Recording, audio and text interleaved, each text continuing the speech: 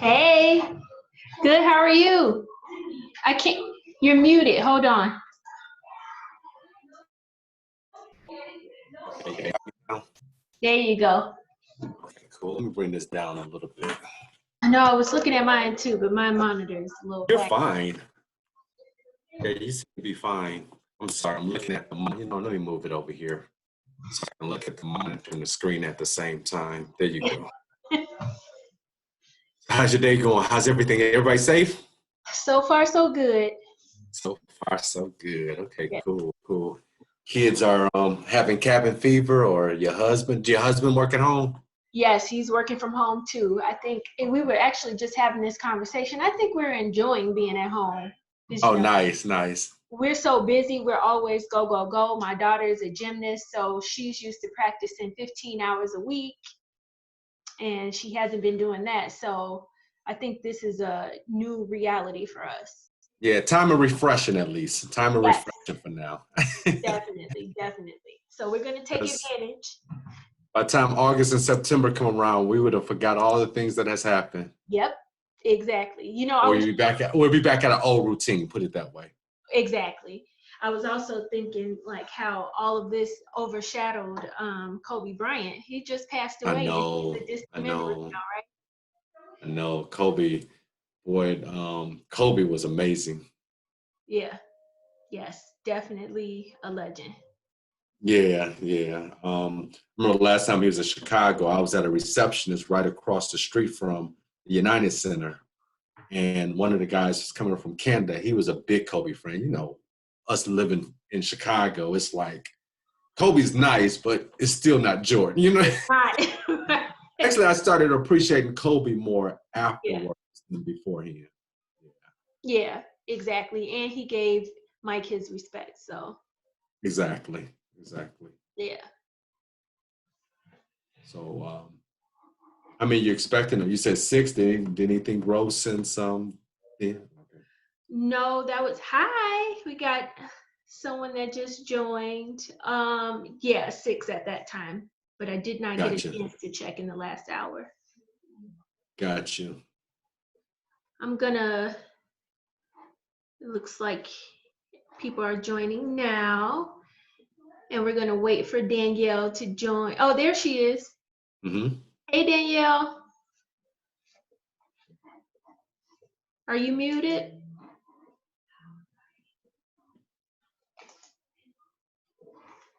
She's muted.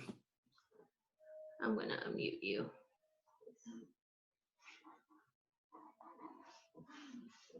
Can you hear me? Yep, there you go. Hello, everyone. Hi. How you doing, Danielle? I'm all right. How are you? Good, good. So Craig, Danielle, Craig.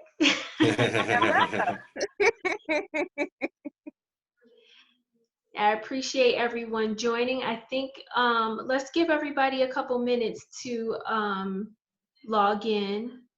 And you do have a guest that seemed like they're on too.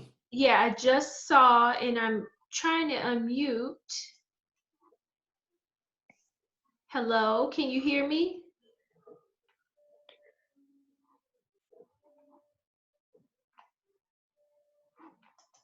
Okay. Well, we won't put any pressure on anybody to speak. But let's give everybody just a few minutes, just in case they're having trouble with logging in. Okay.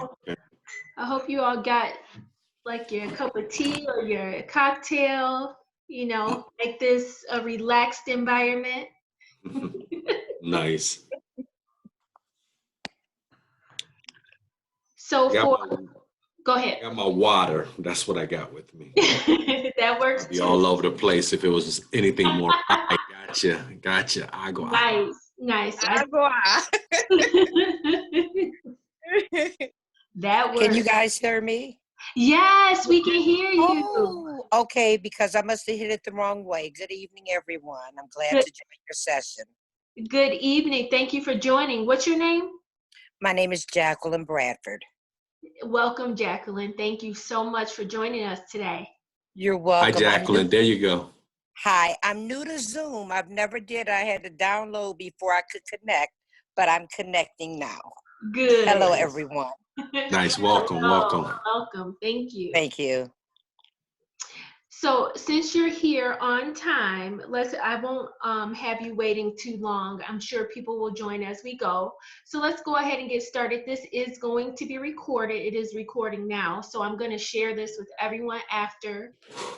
So if anyone does miss anything in the beginning, they can always catch up with the recording. So I'll start by introducing myself. I'm Kalila Adams. I am with Caremark Realty, and we're located in West Chicago, Illinois, but I live in Romeoville, Illinois. I service the Chicagoland area with my real estate services. So, of course, the whole purpose of this Q&A is to hopefully help inform our future buyers, whether you're looking to buy now, next year, next month, whatever the case may be. Hopefully this will be an informative Q&A for you. We also have Craig Burton with Loan Depot on the call today. He is, Hello. yes, he is going to be assisting and answering questions in regards to the mortgage and loan process and expectations when you do decide to become a buyer. And then we also have Danielle Brown with DSB Solutions. I actually had the pleasure with working with Danielle for multiple years. She is a tax advisor, and she also manages business solutions as well. So Danielle is going to be here to answer any questions in regards to tax advantages as a homeowner. And of course, we want to address the current COVID-19 situation and how that is affecting the real estate industry. So hopefully we can get your questions. Hopefully we can get your questions answered today. Jacqueline, please feel free to ask questions as we go. Hopefully we can answer any questions or concerns that you may have. And then we will open it up for everyone to ask questions as we move through the presentation. So are you guys ready to get started? Can I ask a question before we get started? 100%. The chat. Are you going to open up the chat line just in case they can type Oh, questions? yes. Thank you. Thank you.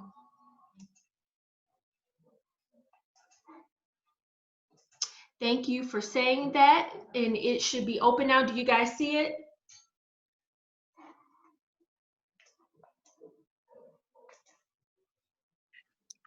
Yep. I see. But maybe I got to see. open mine too. Okay, I see it now. Yeah, if you're on your computer, Jacqueline, I don't know if you're on your computer, and I think someone else just joined, so welcome. If you want to put your comments in the chat box, feel free to do so. It is to the right if you're on a computer. At the bottom right-hand corner, if you just click on the chat box, you'll be able to type your questions there. Yes, I see it. Thank you. Wonderful, thank you. All right, so let's go ahead and get started. I am going to share my screen so we can review the slides together.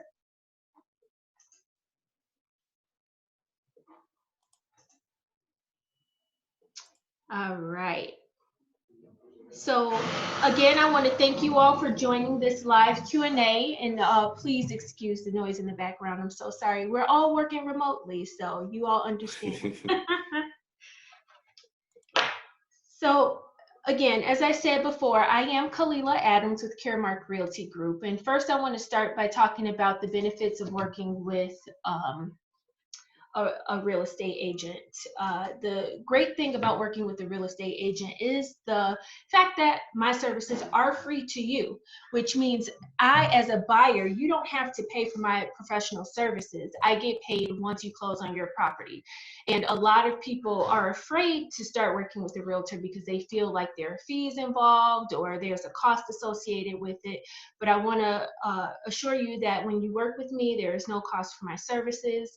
I have industry knowledge of the current real estate market, and I have tools and technology that keeps me updated on new features, new items that may have been added to the MLS service, just anything that will help with finding the right home for you. I have tools and technology to help us get there.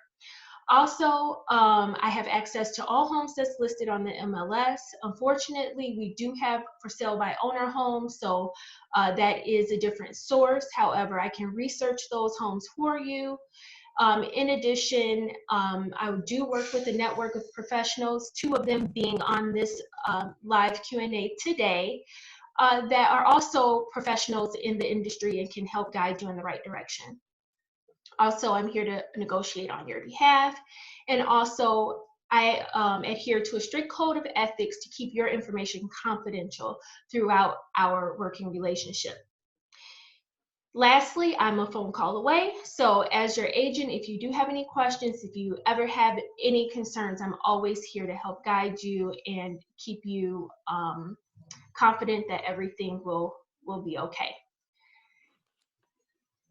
So moving on, I just want to highlight types of homes that are available in the real estate market, just so you have an idea, because I want to add that I am currently working on a book, an ebook right now, and it's focusing on house hacking. And I will get into that in another live video, but house hacking comes with kind of becoming a real estate investor. And there are really many types of homes that you can invest in. And basically it's when you live in your primary residence, but you use a part of that residence to gain income. That's the easy way to put it. But there are different types of homes, one being a single family home that is not attached to any other property. And then you have townhouses, condominiums, and multifamily homes. Of course, there are many other types of properties, but as a homeowner, these are the four main types of homes. So I just wanted to address that, just in case there are buyers here that are looking outside of just purchasing a single family home, that may be looking to purchase a townhome or condominium. There are other options out there. So at this time, I'm going to go ahead and open up questions. Let's do, first I'll let Craig introduce himself again. Craig, can you please tell us a little bit about yourself and what you do? Yes, hello. Am I muted or I don't see my face? No, we can hear you. Okay, great. My name is Craig Burton. I like to go by Craig Burton for certain. I am a loan originator where I help families turn dreams of home ownership into reality by putting heads in beds and kids in backyards. And I say all that, I've been in the industry for 18 years. My why in life, and I think everybody needs to have a why in order to really understand what your vision is, just to help people with their faith, finances, and vitality for generations to come. It's just that simple. But I love helping buyers become homeowners or potential buyers become homeowners, because there's so much out there for you. The first thing that's on this slide is, and well, I guess you just asked me to introduce myself. I don't know if anybody have any questions before I go on, or Kalila, if there's anything else you want me to do, but I know you asked me to introduce myself. Yeah, no, I appreciate the introduction. You can please go ahead and move forward. Okay, so great. So first thing she has on the list is the type of homes. Right now in this environment, especially in this COVID-19 pandemic environment, you may think getting loans may be a little bit difficult, and I guess it will be some complications when it comes to the buying process, or if you're laid off and you're not employed right now, where 90% of the people are working from home that are working. So it does deal with some complications, but we're still closing loans in this environment, and we're closing a lot of loans in this environment. So although we have to matriculate a little differently, we are able to get loans closed. Our restrictions, so some things that has happened was the guideline restrictions has changed a little bit just while we're in this environment. So the type of loans that you have is, there's always the conventional loans, and I don't have a slide for those, but a conventional loan is backed or invested by the companies that's called Fannie Mae and Freddie Mac. those are a little bit more complex to get into because it requires at least 5% down on most loans, but you can get a 3% down payment for two reasons. If your income is less than 80% of the median income in your county, and then the second way is if you're buying a home that's in a low to moderate income area. So you can get a 3% down versus 5% down. So if your house purchase is 100%, you only need to put down $3,000, which is 3% down, if you qualify for the 3% program. So those are conventional programs, but they usually require a little bit higher of a credit score. The credit score is usually 620, but you have to be in a pretty good position to get one of those loans at a 620 score, usually about 640 or 660, but you have a big impact because of your credit score. When your credit score is not over 7%, one is the rate's going to be higher, and number two is your loan amount is going to be, not your loan amount, the rate's going to be higher, and mortgage insurance is going to be higher. I know you're thinking about it. What is mortgage insurance? Unless you've already studied up on house buying or already understand the concept of house buying. But mortgage insurance is different from homeowners insurance or hazardous insurance. Homeowners insurance is what protects your home when you're buying. Mortgage insurance is a protection or a default protection for the lender. So anytime you got less than 20% down on a home, you have to have some type of mortgage insurance. And the mortgage insurance is a pot of money that's there just in case a borrower's default on their mortgage. The lender can pull from that pot of money to recoup some of the debt that they miss out on when someone default. I'm sorry. So that's the conventional. Then you have FHA loan, which is more common for first-time home buyers. It requires 3.5%, but the benefits is you can have lower credit scores. Right now, they're 620 during this restricted guideline time frame, but normally it's 580 for us for how much you have to put for 3.5%. But if you was in a tougher situation and your scores was lower, but you have money to put down, we at a time we can accept 520. That's not today though, because of COVID-19. Everybody had to make some adjustments. And then lastly, we got VA loans, which is 100% finance. But the criteria to get a VA loan is you have to have served in the military or have a veteran in good standing status. So going back to conventional, the limits for conventional right now, the loan limit that you can get for a conventional loan is 510. The loan limit for an FHA loan is 386 in the Chicagoland area. And the VA loan limit is really, they don't have a loan limit. You can, as long as you can qualify to buy the property, you can get the property. I just want to talk about 5 C's real quick. And then if we get to anything else, that's fine. Or if y'all have any questions, that's fine. There's 5. Hey, did you need a slide for that? Was one of those slides included? I don't think I have a 5 Okay. C's. There's 5 C's of qualifying, and it's very important to understand the 5 C's of qualifying. The first C is your credit. So we talked a little bit about where your credit scores need to be at. A VA loan in today's environment, I didn't mention that loan, is a 680 credit score in today's environment, but normally it's a 580 credit score in a normal environment, or 520 credit score in a normal environment. It's just their restrictions are a little bit difficult because of where we're at. But so the first thing is credit. You can qualify with credit. You don't have to have great credit to get a loan, to get a home. You just need to have reestablished credit if you had bad credit in the past. We're not really concerned about your past. We just want to make sure that you have made up for any past mistakes. But if you're good, you're good, and we're not worried about that. The second C is capacity. What capacity means is how much you make compared to how much you owe, including your proposed monthly payment. So, for instance, if you're paying rent now for $1,000, but your proposed mortgage payment is going to be $1,500, we'll look at what the $1,500 is going to be at, because we need to qualify you for that home. So capacity, again, is how much you make compared to how much your proposed monthly payment is. So it's known as your debt to income ratio. And what that means is your gross income compared to all your consumer debt. So for utilities, those don't count as your utility debt. I mean, your consumer debt. Insurance don't count as your car insurance or those type of insurance. It don't count as your consumer debt. Now, what makes up the proposed monthly payment is what we call PITI. That's your principal, your interest, your taxes, and your insurance, and any mortgage insurance that you have to pay.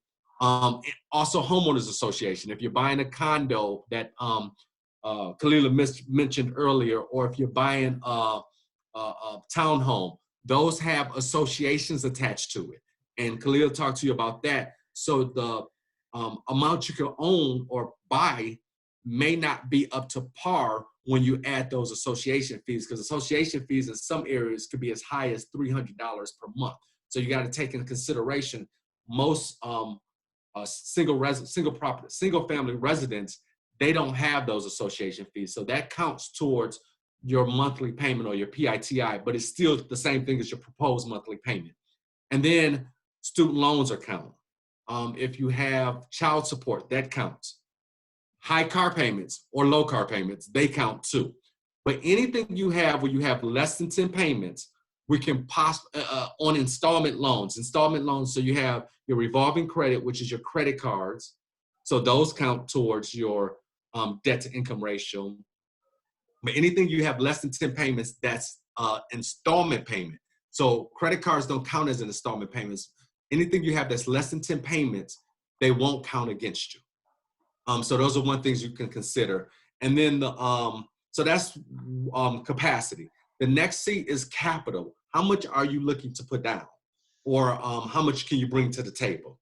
And then the C after that is your collateral. What kind of other things that you have that makes money? Is there retirement that you can come into? Do you own any other properties? That's considered your collateral. And last but not least is your compensating factors. So compensating factors is anything we can't use to qualify you, then you can actually possibly use that. For instance, if you have another job and you make pretty good cash, and these are money where you're getting assets from, but it's a cash job and I can't qualify you with that income. So we can use that income possibly as compensating factors. Now, nothing compensate for bad credit, for challenge credit, I should say. I apologize for that, but challenge credit, nothing usually compensate for that except you getting that together. But I'll stop there. If you want me to go any further, I can, Kalila, but this is, I just want to make sure we keep it open for questions and answers if anybody have any questions. No, that was definitely great. And I do want you to keep going. I'm sorry, I hit the slide accidentally, but did someone have a question? I think one of the viewers turned their audio on. So if you have any questions, unmute yourself.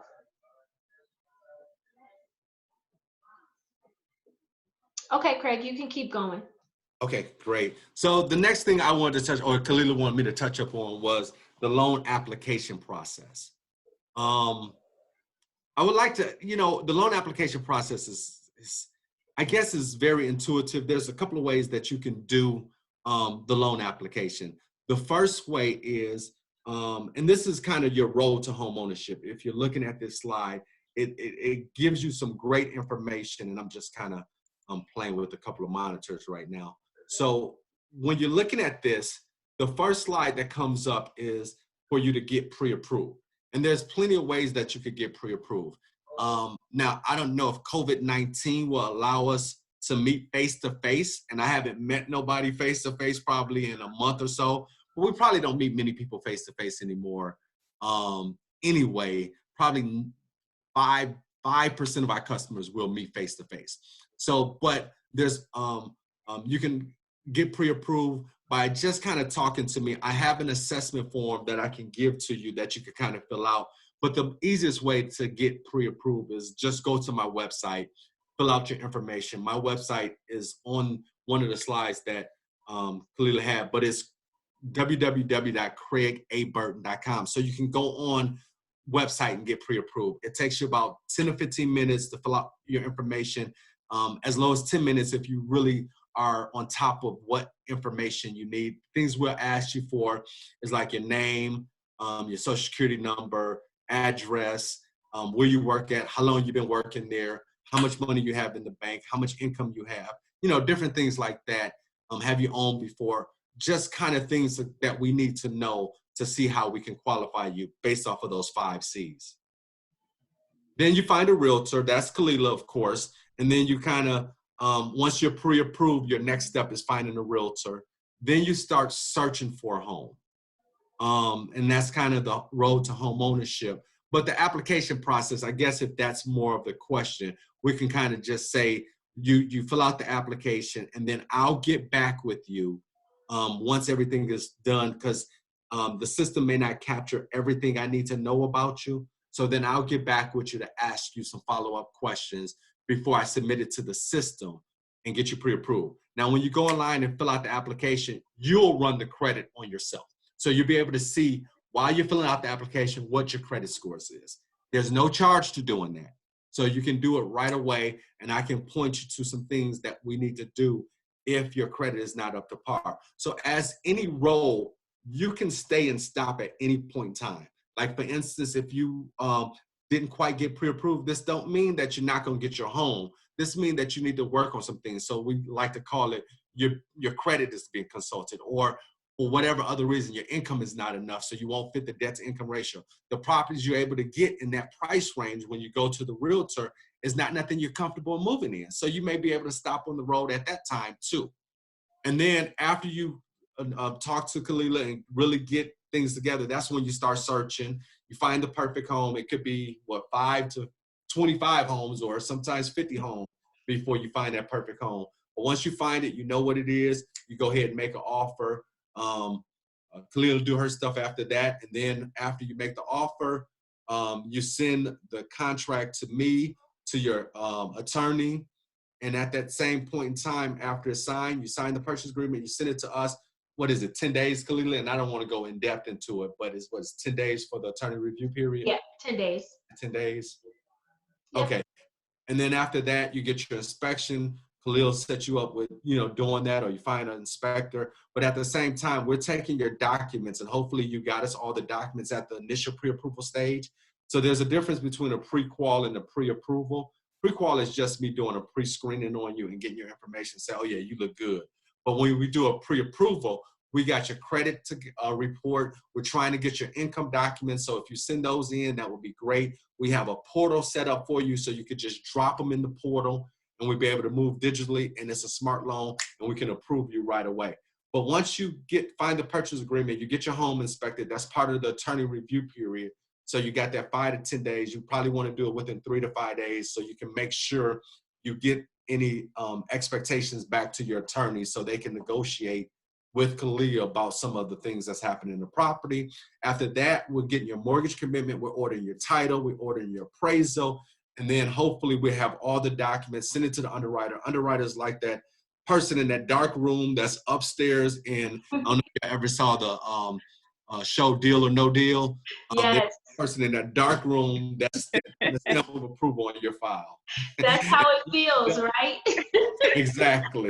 And we're always doing deal, and then we get yourself ready for closing, which is an exciting time. You see people on Facebook or Instagram or LinkedIn saying, yay, we got our home, and you'll be that person on your home, and we'll give you that big old key to take the picture with. And then you're at home. Congratulations. Awesome. That's awesome. And then you had a few more slides here. Again, everyone that's on this virtual Q&A will get a copy of this video that we're recording right now. And I will also give you a copy of the slides that we're viewing today. And Kalila, I got a book for them too, if you want to provide that book too. It's yes. In-depth book of Road to Home Ownership. Wonderful. That's awesome. To you, and you can send it out to everyone. Yes, definitely. I will include that as well. And then we also have this informative flyer here too Can Yeah, so you? let's go back to the Yeah. last one if we can, and then we can move on after that.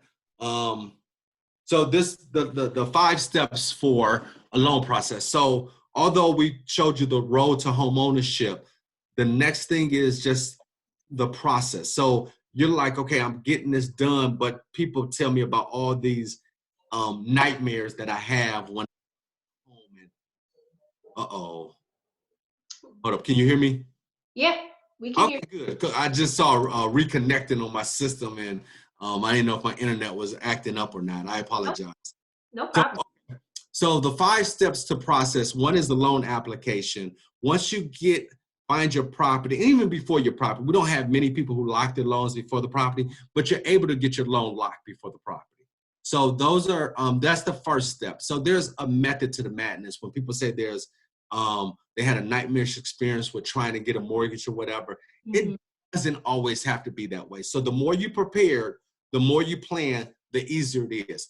So when Kalila said that once you're ready, and she mentioned it, I think only one person was on the call at that time, but she had mentioned once you're in a spot to be able to buy a home or ready to buy a home, then you can start getting ready. You can start getting ready after this call to buy a home, Yeah. because it takes that much planning. And if you're on top of things, start budgeting your money, and start making sure you know where your documents and get yourself in order. It makes the process so much easier. And Yeah. I have to say it this way, and I do not mean it this way because I don't know who's on the call with us, but it seemed like buying a home or home ownership will shorten the gap between the haves and the have-nots. And we have to start getting into a position of being the haves. Yeah. In order to do that is, the first thing is not just purchasing a home, not just getting your credit in order, because you should get your credit in order for your namesake, not just to be able to buy a home.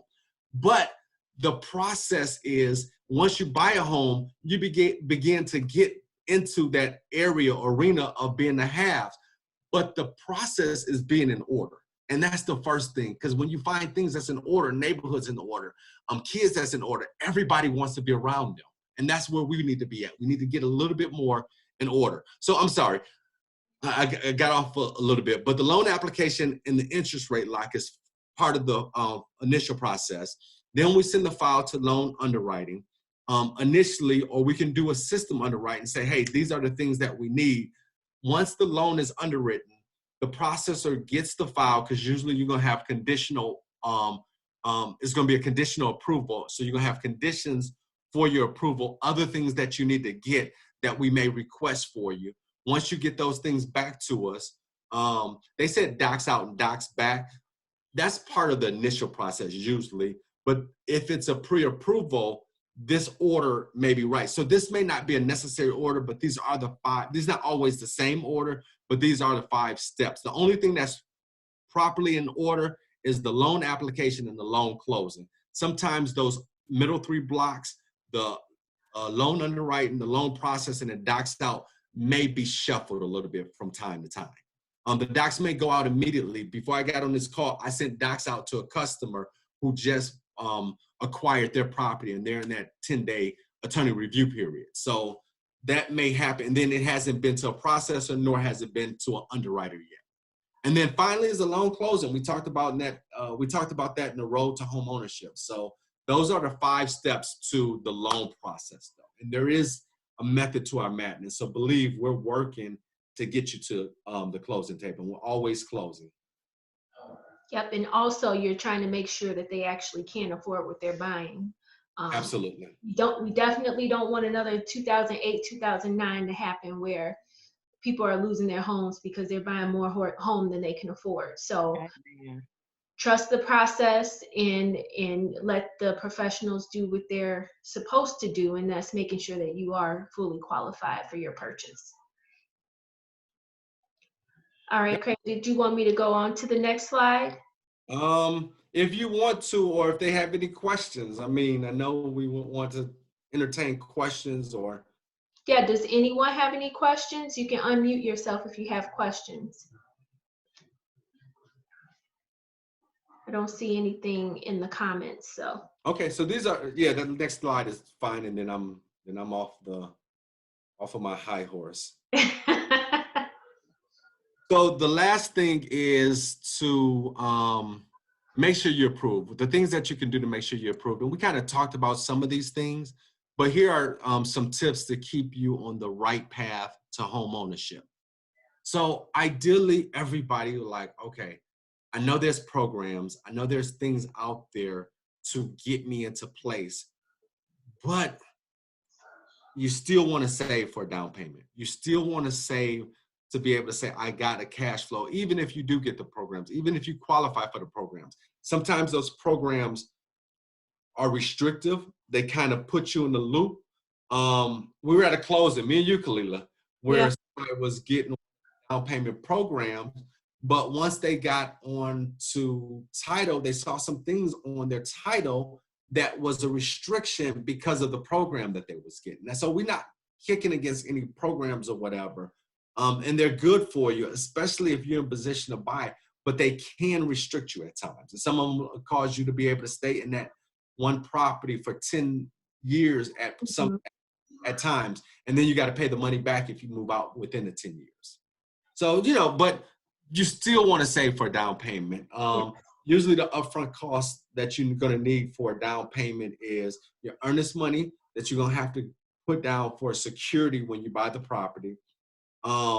Your inspection money, the money you have to pay for inspection. And then lastly is money for an appraisal that we usually charge when we go to evaluate the property, and that's for the lender. So there's a difference between an inspection and an appraisal. Right. But you still want to save for your down payment, and your earnest money will always come back to you. That's a deposit that you put down, and then it'll come off the funds to close at closing for you. You always want to cultivate good credit. Like I said, that's your namesake. That's not just for you to buy a home. And if you think about it like that, you'll prepare yourself saying, okay, I want to be somebody with a good name.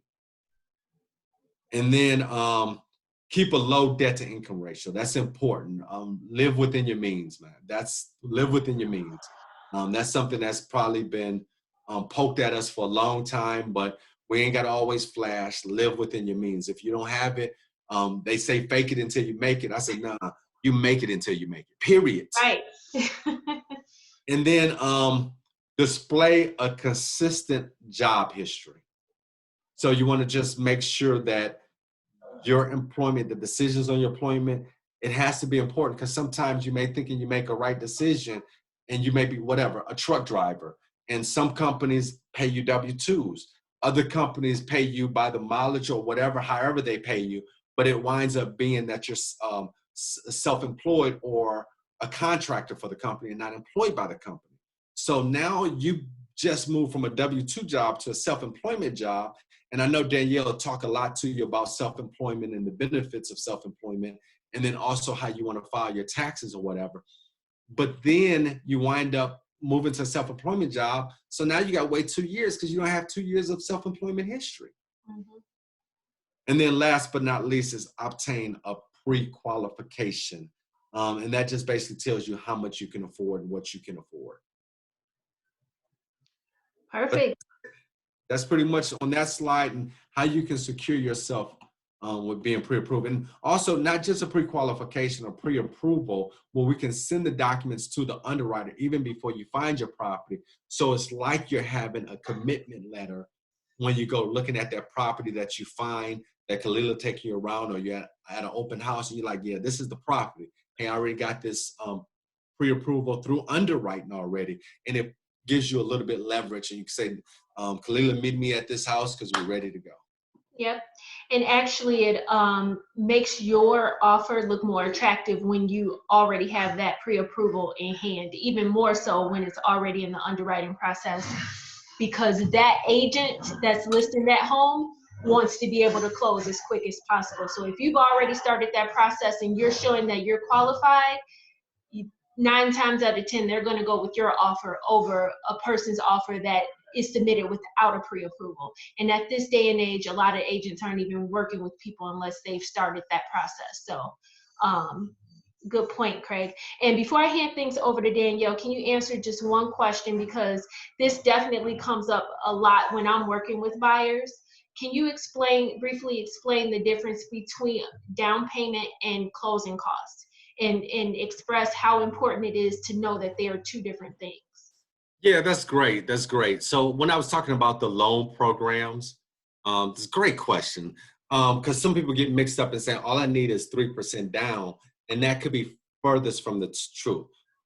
There's a difference between down payment and funds to close.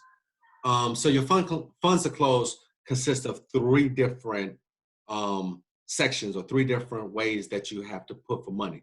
So when you're looking for funds to close, you have your down payment, you have your closing costs, and the last thing you have is your what we call prepaid items. So your prepaid items consist of the escrows that you have to set up your account. That's the taxes and insurance part, and could also be your mortgage insurance to be able to set up so you prepare to pay taxes when they're due, and that you pay 1 year of insurance at closing.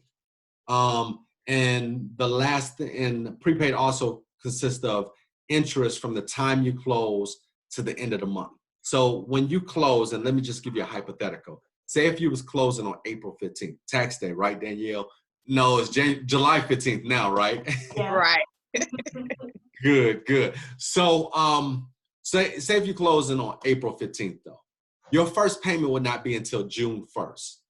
So you have to pay interest for the month you close in. So that's from April 15th to May 1st. The June 1st payment will take care of your May's interest. So the June 1st payment, so interest is paid in arrears, but because you don't have a May payment, you have to cover that time you lived in that property in April. So there's two ways that you can cover. Down payment is hard to cover unless you get a down payment assistance program, or you're getting a gift from someone else. And you can get gifts on these programs. But the the closing costs, you can negotiate that with Kalila, with the seller. You can negotiate it with the seller when Kalila is negotiating the contract. So the closing cost is anywhere between, on a purchase loan, is anywhere between $4,500 to $5,000. And there's a lot of things that goes into the closing costs. So you got lender fees, you have appraisal fees, you have, even though you pay that up front, you're still going to get credit for that, and that's still part of your closing costs. You have title fees, and title fees is what consists of most of the closing costs. Title fees can be anywhere between $2,700 to $3,500, and that's part of that $4,500 to $5,000 I talked about. And like I said, you can negotiate that with the seller to get that. And then for your prepaid items, you'll get a tax credit at closing, especially buying in the Chicagoland area. And that tax credit will help you cover some of those prepaid items, because taxes are billed in arrears in most places in the Chicagoland area. So for instance, 2019 taxes for Lake County doesn't come out, or for McHenry County, or for DuPage County, even for, well, no, not Cook County. Cook County taxes already came out. But for those counties, the 2019 taxes don't come out until May. You didn't live in that property, but you may own that property. So they got to be responsible for paying those taxes. Yeah. But that's it. I mean, I don't know if you wanted anything else to address, Kalila, with that question, but. No, that's it. Thank you. Thank you for breaking it down and explaining the difference. I just thought it was important to note that we talk about closing costs, but that is separate from down payment. And those numbers are obviously reviewed before you make any type of commitment. But I just wanted to make sure everyone was aware that those two things are different. And there's 3 documents that covers those costs for you throughout the process.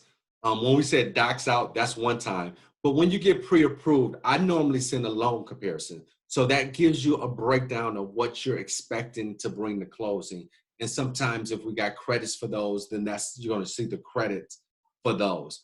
The second paper is a loan estimate. That's part of the loan docs that go to you after you secure your property. And then the last document is what's called the closing disclosure.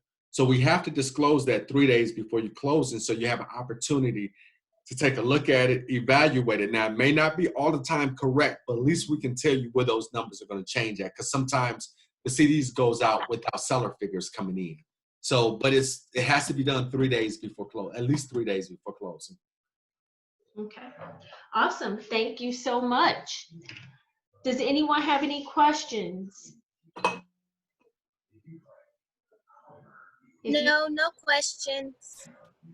Thank you. Is it Tasia? Yes, it's Tasia. Okay. Thanks for joining, Tasia. No problem. All right. So let's go ahead and let Danielle introduce herself. I don't know if you all follow me on Instagram, but Danielle and I did a live video last week, and we spoke about her services and how awesome she is. So I wanted to give her the opportunity to talk to you guys about the importance of having a tax advisor in your corner. Especially as a homeowner. It's definitely helped me being a homeowner in many ways, because she has a lot of great information. So Danielle, please, if you would, introduce yourself again to those that came a few minutes after you introduced yourself in the beginning, and then please have the mic. All right, awesome. Hello, everyone. I am Danielle. Can you hear me? Yes. Awesome. Yes. Danielle, and I own DSB Solutions, and we are a business management services and tax preparation consulting firm. And so today I'm going to focus on my tax hat of the business and not necessarily so much of the other services that we offer, but you can feel free to visit us on the web at www.dsbsolutions.net. The information is on the slide that Kalila has up, so you can always reach out if you have any questions about business. But today I'm going to just try to stay focused on taxes. So some advantages and deductions for homeowners. So once you go through the loan process, you're a homeowner, you get that picture with that huge key.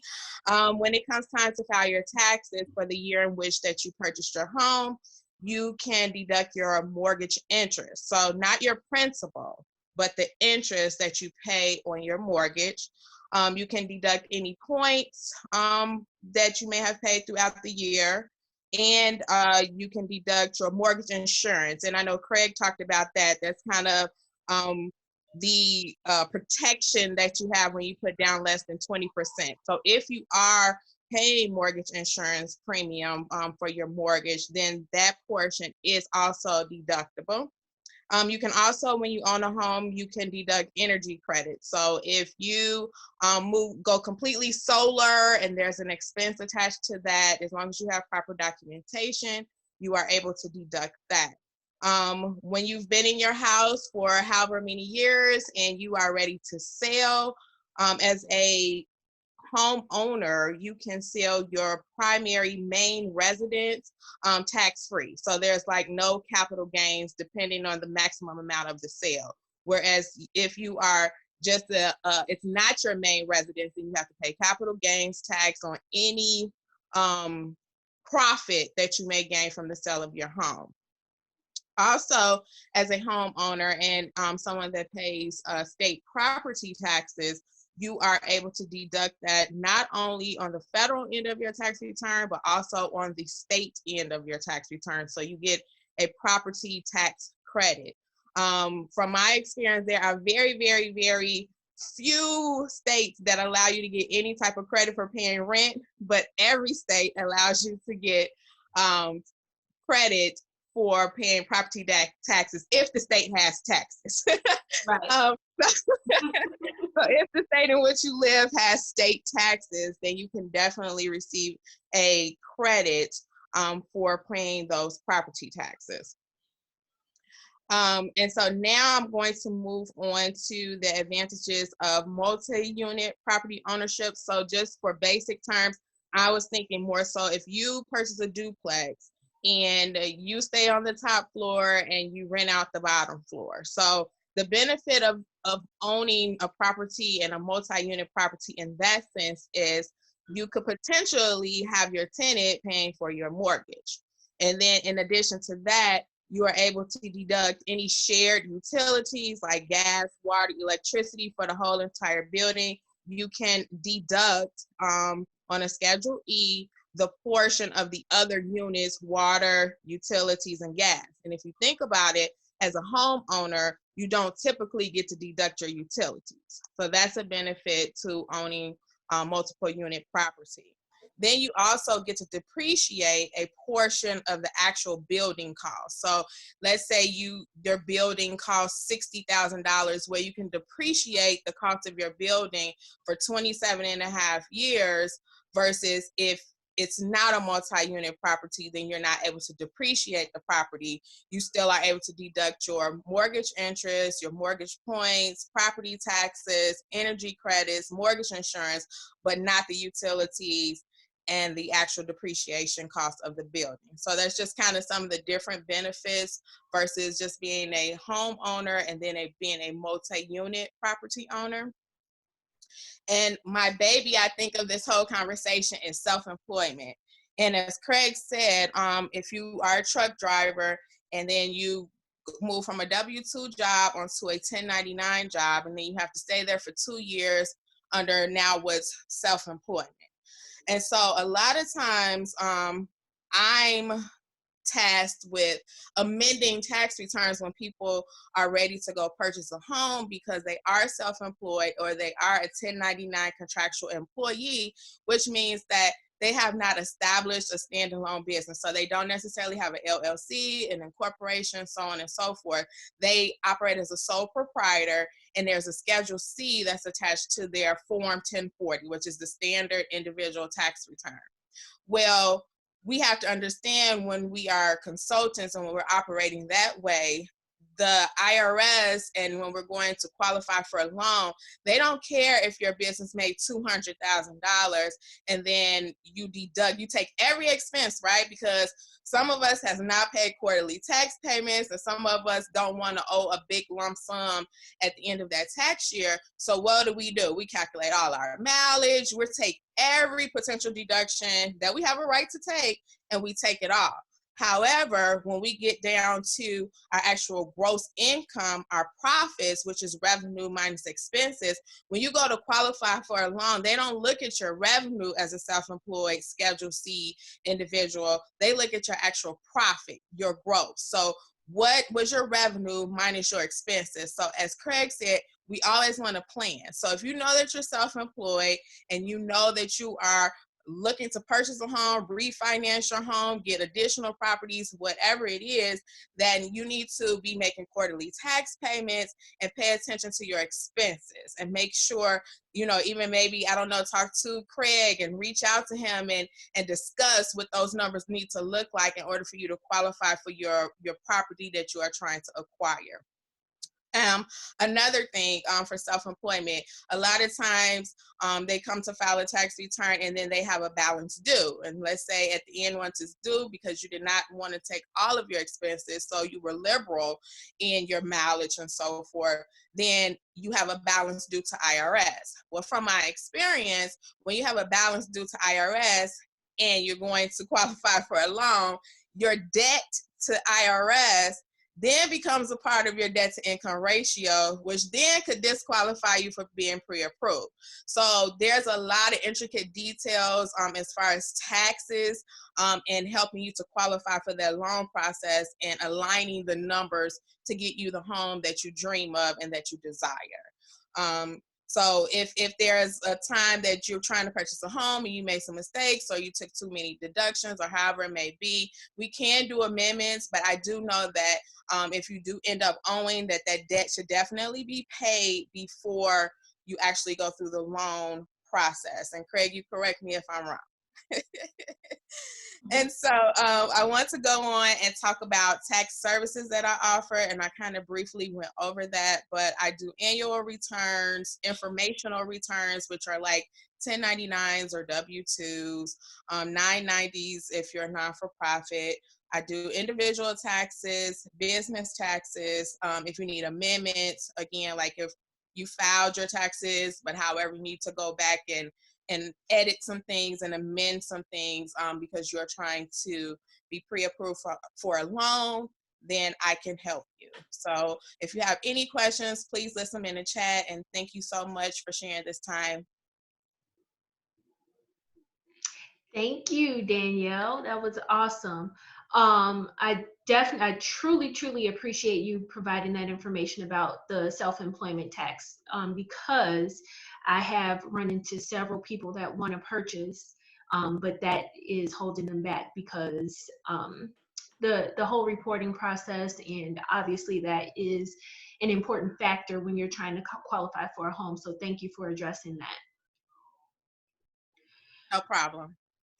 And Craig, it's funny that Danielle brought that whole tax information situation up, because didn't we have a similar situation with that as far as the IRS taking precedence over them actually being able to close on that deal? Absolutely, absolutely. And we had to find the taxes at closing. Yeah. But rule of thumb is, if you do, and Daniel addressed it, but if you do owe taxes, what they're going to require is that you show proof that it's paid, Yeah. or that you have at least 3 months history of paying that. Now, if it becomes, a tax lien. If it becomes a tax lien, you're going to have to show proof that you are paying on that tax lien as well. Or that's the only lien on anything that you're able to, that you don't have to get rid of it. You don't have to pay it off. You can actually have a tax lien, but you got to show proof that you made a payment arrangement and that you have made at least 3 payments. On things that you owe, like if you file your taxes and you owe money, you don't have money to show that you can pay that money, then you got to show 3 months. You can't buy it for 3 months until after you show proof that you're making a payment. Yeah, thank you for that. Thank you. I've been in all of those situations with clients. So yes, thank you both so much for addressing that. Yeah, that was really good, Danielle. Thanks. Yes, that was Thank you. awesome. Does anyone have any questions for Danielle? No. Okay. All right. So I included this bonus slide here, 10 commandments of home ownership. So these are things we want you to not do once you start the home buying process. I won't go through every single bullet point because I know you guys are going to get a copy of this, and there's a lot of information that you've received today, so I don't want to overwhelm you, but I do want you guys to keep these things in mind, because everything listed on here, even the bonus commandment at the end, can affect the home buying process.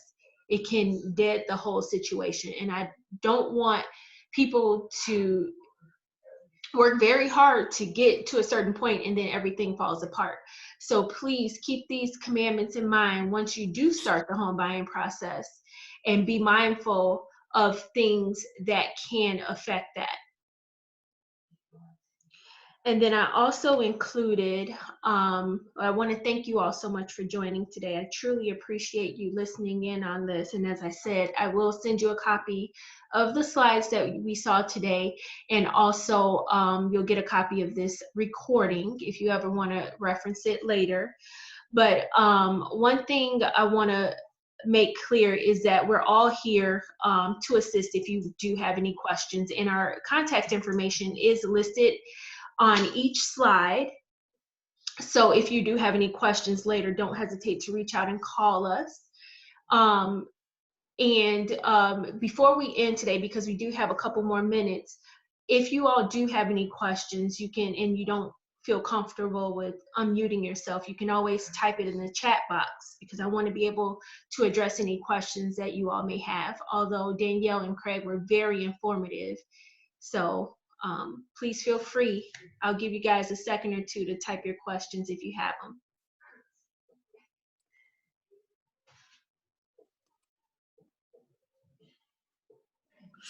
I will just join in and say I have no questions, but this session was very informative, and I appreciate joining this call. I thank you guys. It was very informative.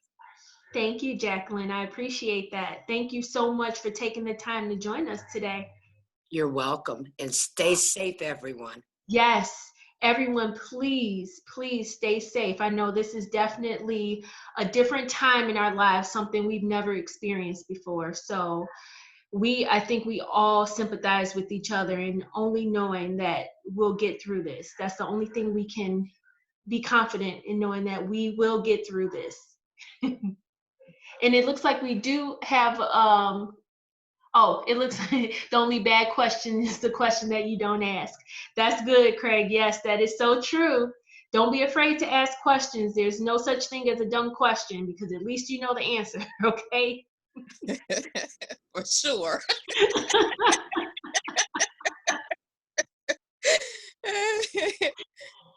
Well, if anything comes up, as I said, just reach out to me, give me a call, Danielle, Craig. We're here to answer any questions you all have. Thank you all so much for joining today, and I'll give you back the rest of your night.